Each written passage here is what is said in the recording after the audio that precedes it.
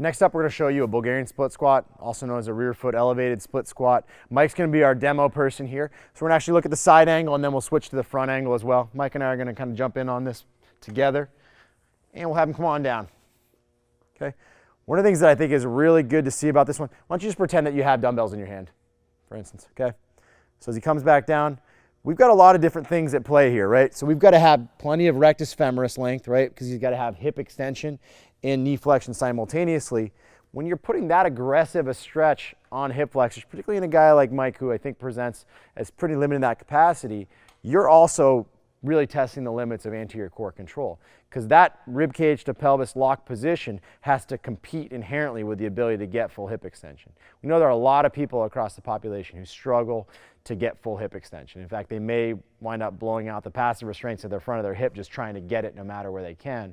But what we also see are a lot of athletes who really just kind of flare up in the front and close down in the back. So this gets even more pronounced when you throw a barbell on somebody's back, you add loading.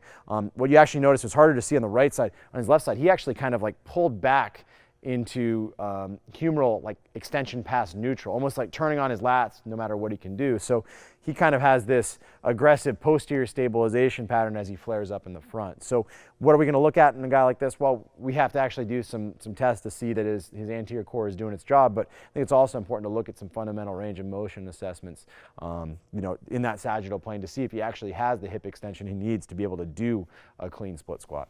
Get back just into that position, just stand, don't even go down.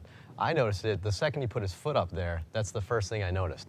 See that right here? So he doesn't have necessarily the mobility probably to even just get into this position if he can't even just get his rear leg up into this position and extension.